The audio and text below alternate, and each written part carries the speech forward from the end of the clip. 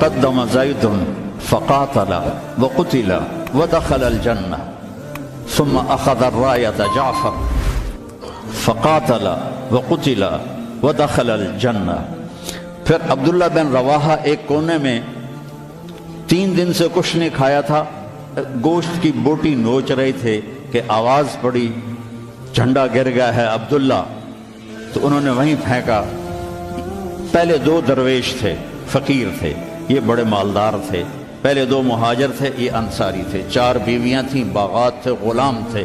فتردد بعد التردد، تو تھوڑی دیر کے لیے بیوی بچے غلام باغات کا خیال آیا، تو کہنے لگے عبداللہ بیویوں کا خیال ہے سب کو 3 طلاق، باغات کا خیال ہے سارے صدقہ، غلاموں کا خیال ہے سارے آزاد۔ اقسمت یا نفس لتنزلن کارہتا او لتطاوعن ان اجلب الناس وشد الرن ما لی اراکی تکرہین الجنہ قد طالما قد کنت مطمئنہ هل انت الا نطفۃ فی شنہ۔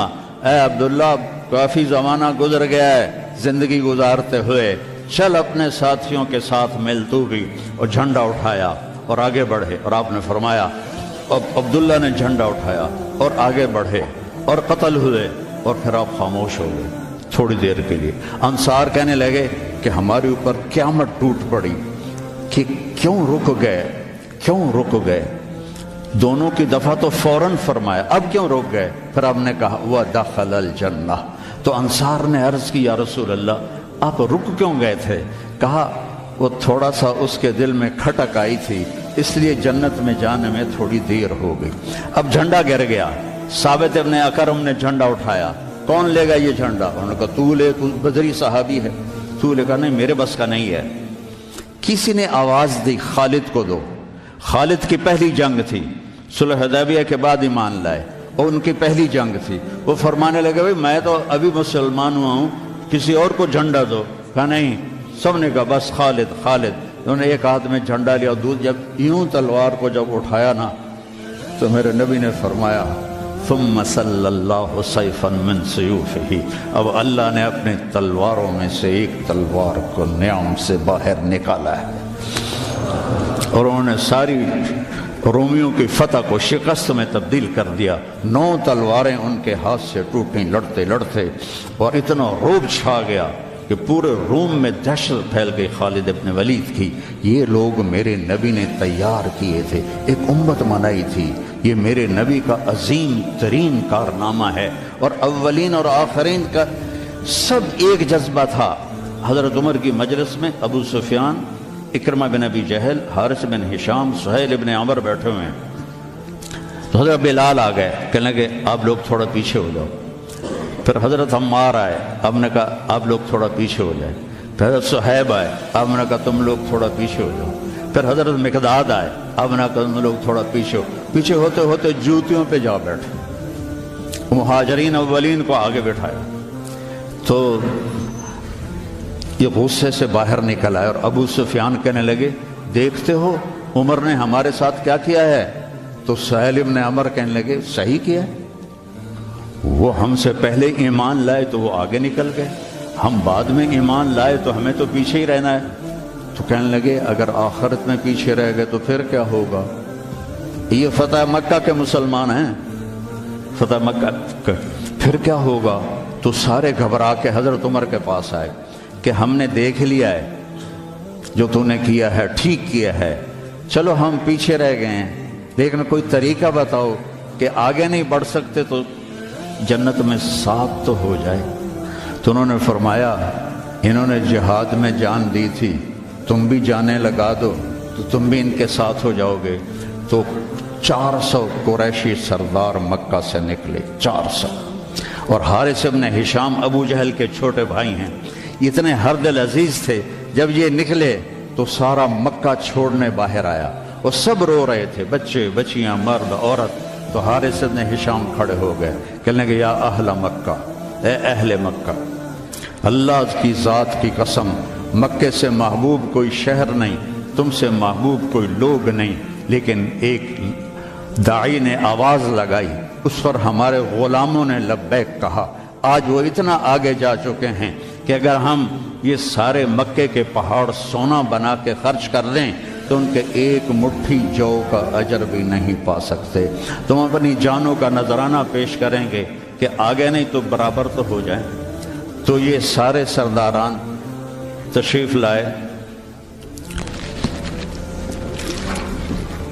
اجنا دین کی جنگ ہو رہی تھی، اس میں شرکت کی، اس میں فتح ہوئی۔ پھر یرموک کی جنگ ہوئی جو فیصلہ کن جنگ تھی، جس نے شام کا فیصلہ کر دیا ہمیشہ کے لیے۔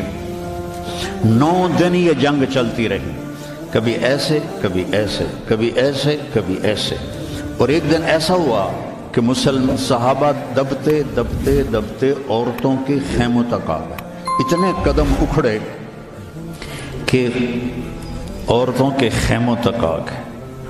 تو حضرت اکرمہ رضی اللہ تعالیٰ عنہ نے اپنی تلوار کی نیام کو توڑ دیا اور لوہے کے ٹوپی کو اتار کے پھینک دیا، کہا من یبایعنی علی الموت، یا اللہ ہمیں موت دے گا یا فتح دے گا۔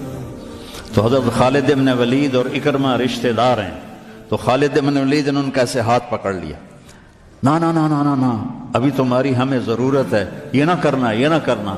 تو انہوں نے کہا الیک عنی، دور ہو جاؤ مجھ سے، انی و ابی کان من اشد الناس عداوۃ لرسول اللہ و افر منکم اليوم، میں اور میرا باپ ساری زندگی دشمن اسلام رہے، آج ہی تو داغ دھونے کا وقت آیا اور میں بھاگ جاؤں۔ ان لک سابقۃ، تو مجھ سے پہلے ایمان لا چکا ہے اور آگے بڑھ چکا ہے، پیچھے ہٹ جا، میرے راستے میں حائل نہ ہو۔ تو سب سے پہلے ان کے بیٹے عامر بن اکرمہ نے بیعت کی، پھر حارث بن ہشام، سہیل بن عمر، زرار بن اوزر، ابو سفیان بن حرب، ان سارے سرداروں نے بیعت کی، اور سب نے اپنے خود لوہے کی ٹوپیاں پھینک دیں اور تلواروں کی نیامیں توڑ دیں اور شیر کی طرح حملہ آور ہوئے، اور سارے روم کو پلٹا کے پیچھے پھینک دیا۔ اور جب روم کے قدم اکھڑ گئے تو خالد بن ولید فوراً بھاگے بھاگے واپس آئے کہ میں پتہ کروں کہ اکرمہ کس حال میں ہے اور عمر کس حال میں، رشتہ ایک مخزومی ہے نا دونوں۔ تو جب عمر کو دیکھا تو وہ ختم ہو چکے تھے، جب اکرمہ کو دیکھا تو ان میں کچھ سانس باقی تھا، تو انہوں نے ان کا سر اپنی گود میں لیا اور منہ میں تھوڑا پانی ٹپکایا اور ان کے بیٹے عمر کا سر یہاں رکھ لیا، یہاں۔ تو ان کی آنکھیں کھلی کر قول کہ میں خالد ہوں۔ کہ کیا کیا اللہ تعالیٰ؟ کہ اقر عینک، اپنی آنکھیں ٹھنڈی کر، اللہ نے فتح دی۔ کہ اچھا عمر کو کہہ دینا جو تم نے کہا تھا وہ ہم نے کر دیا، جو تم نے کہا تھا وہ ہم نے کر دیا، اور جان نکل گئی۔ تو حضرت خالد بن ولید کو حضرت عمر پہ غصہ آ گیا۔ عرب جب غصے میں بولتے تھے تو ماں کے نام سے پکارتے تھے، اور جب اچھے ماحول میں ہوتے تھے تو باپ کے نام سے پکارتے تھے۔ تو یہاں حضرت خالد کہنے لگے کلا زعم ابن الحنتمہ اللہ نستشہد۔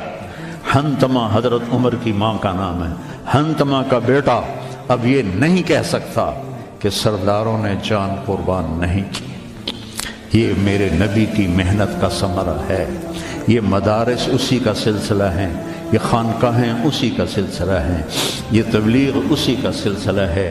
لیکن بیٹو صرف کتابیں پڑھنے سے تربیت نہیں ہوتی، اہل اللہ کی تربیت میں رہو، ان کے ساتھ اپنے اندر کی گندگیاں نکالو، تبلیغ میں وقت لگاؤ۔ مجاہدے سے انسان میں جلا پیدا ہوتی ہے اور وہ اس کا رخ نیکیوں کی طرف پھرتا ہے۔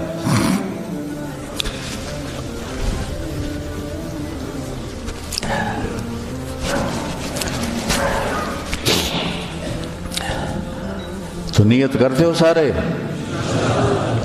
چند باتیں کہتا ہوں۔ اپنے اس ماحول میں غیبت کسی کی نہ کرو نہ سنو۔ غیبت اشد من الزنا، غیبت زنا سے زیادہ سخت کام ہے۔ غیبت نہ کرو کسی کی۔ کئی لڑکے بہت ہی نیچے چلے جاتے ہیں، اپنے استادوں کی، مولانا احسان صاحب کو جو آج کل بہت علیل ہیں.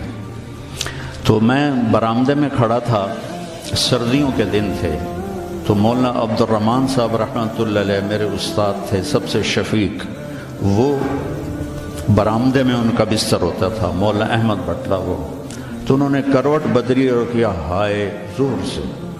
تو احمد بٹلہ صاحب فرمانے لگے مولوی صاحب خیریت ہے؟ کیا ہوا؟ کہنے کہ سر میں بڑا درد ہے. تو اس وقت رائمنڈ میں تھرموس رکھنا جرم تھا، تو 2-3 لڑکے تھے جنہوں نے چھپا کے رکھا ہوا تھا، تو مجھے پتا تھا. تو میں اسی وقت اڑ کے گیا اور اس سے میں نے کہا تھرموس دو. انہوں نے کہا وہ وہاں چھپا کے رکھا ہے. میں نے وہ لیا اور بغل میں دبا کے اوپر چادر لے لی. سردیوں کا زمانہ تھا. مولانا تشریف لائے، ان کے ساتھ میں ان کے گھر تک گیا، ان کو کارگزاری سنائی.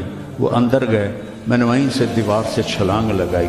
یہ 72-73 کی بات ہے، جب کوئی بازار نہیں تھا رائمنڈ میں، 2-3 صرف چھوٹے چھوٹے ہوٹل تھے اور 10 بجنے والے تھے، اور اس وقت سناٹا ہوتا تھا. میں نے کہا یا اللہ چائے بھی مل جائے اور سر درد کی گولی بھی مل جائے تو آج میرا کام بن جائے گا.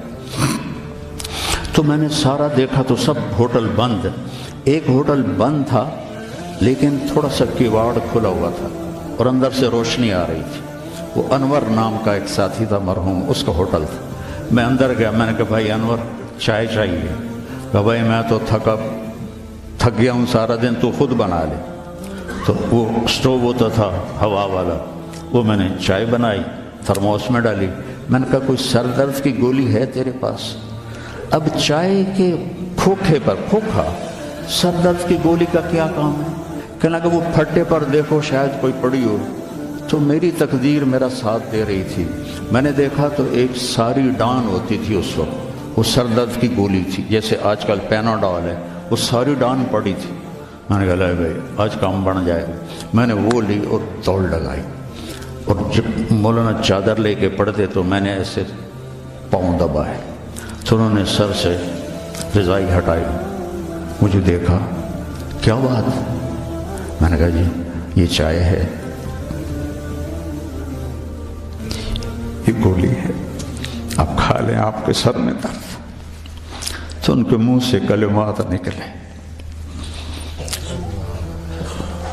اس کا میں ثمرہ ہوں، اپنی ذات میں کچھ نہیں. میرے استاد کی دعا مجھے لگی، ان کے چہرے پر اتنی خوشی آئی.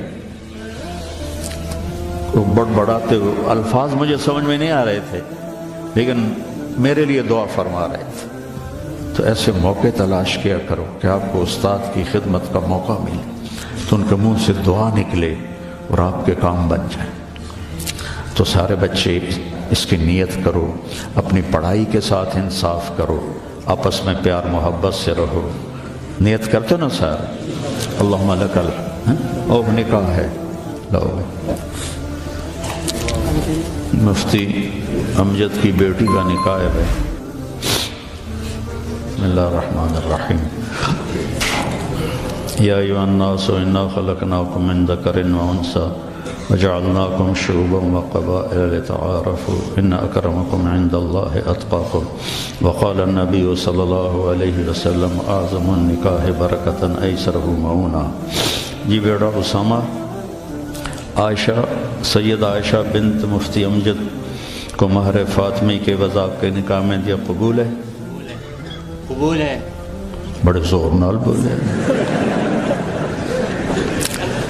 ہمارا ایک زمیندار دوست تھا، اس کے گاؤں کا ایک بچہ کنڈکٹر لگ گیا بس میں. تو کنڈکٹر کا کام ہوتا ہے ڈرائیور کو کہنا استاد جی آن دیو، استاد جی جان دیو، استاد جی کٹ لو موڑ لو. اس کا نکاح ہو رہا تھا تو مولوی صاحب نے اس سے کہا ابھی ٹھہر جا بات تو کرنے دے. تو مولوی صاحب نے اس سے کہا فلاں فلاں کی بیٹی اتنے مہر کے ساتھ تیرے نکاح میں دی، تجھے قبول ہے؟ تو کہتا آن دیو. تو اس کے بھائی نے اس کو ایسے کونی ماری، کہتا جان دیو.